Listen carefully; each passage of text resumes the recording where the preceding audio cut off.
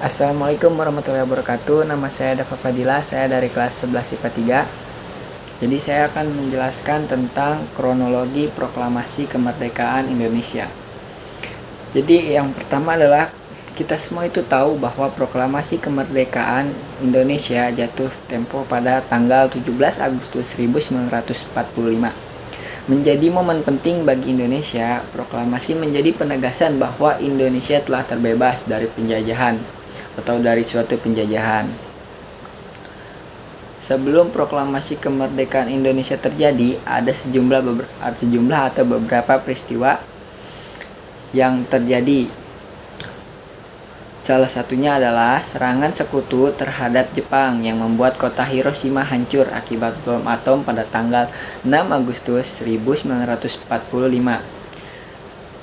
Setelah insiden tersebut, pada tanggal 7 Agustus 1945, BPU PKI dibubarkan dan dibentuklah PPKI. PPKI adalah Panitia Persiapan Kemerdekaan Indonesia, atau singkatannya adalah PPKI, atau Dokuritsu Junbi Kosakai.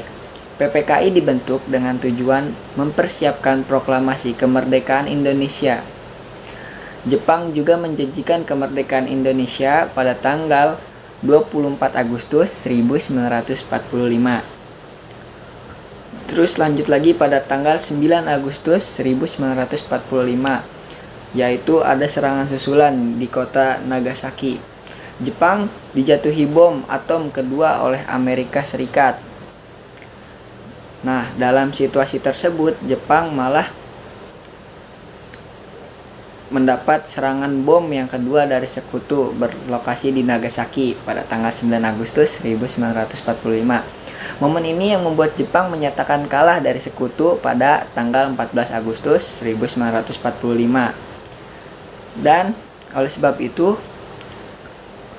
para pemuda yang mendengar kekalahan Jepang langsung mengadakan rapat di gedung bakteriologi. Hasil rapat tersebut adalah memerintahkan Wikana dan Darwis mendesak Soekarno untuk segera memproklamasikan kemerdekaan Indonesia. Namun Soekarno dan Mohatta selaku golongan tua menginginkan konsep kemerdekaan yang lebih matang dan tidak terburu-buru. Akhirnya Soekarno dan Mohatta diculik oleh golongan muda Rengas Dengklok yang bertepatan di daerah Karawang pada tanggal 16 Agustus 1945, lebih tepatnya pada pukul 3 pagi WIB, waktu Indonesia bagian Barat. Pemilihan Rengas Dengklok, kenapa yang dipilih itu Rengas Dengklok? Untuk merundingkan kemerdekaan, karena letaknya yang strategis sudah dikuasai oleh peta, dan di sana pun masyarakatnya juga sangat anti kepada Jepang.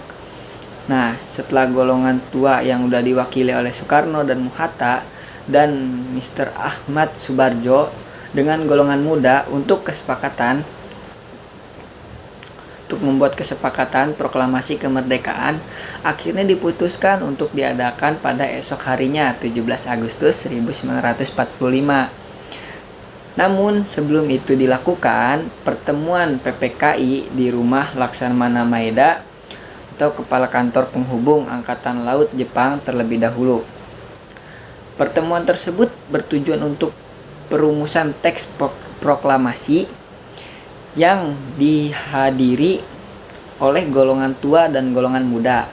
Setelah ditulis tangan oleh Soekarno, teks proklamasi itu pun diketik oleh Sayuti Melik. Dan selanjutnya para tokoh proklamator mendatangi rumah Soekarno yang terletak di Jalan Pengangsaan Timur nomor 56 untuk membacakan teks proklamasinya pada tanggal 17 Agustus 1945. Nah, prosesi proklamasi tersebut berjalan lancar. Pengibaran bendera merah putih juga dilakukan oleh Latif Hendraningrat, Suhud Sastro Kusumo, dan Surastri Karma atau SK Trimurti. Lalu acara yang dilanjutkan dengan sambutan oleh beberapa wali kota yaitu Suwirjo dan DR Muwardi. dan dilanjutkannya pada tanggal 18 Agustus 1945 PPKI mengesahkan UUD 1945 sebagai dasar negara. Dan sekian dari saya, atau sekian penjelasan dari saya. Mohon maaf bila ada kesalahan. Wabillahi taufiq wal hidayah. Assalamualaikum warahmatullahi wabarakatuh.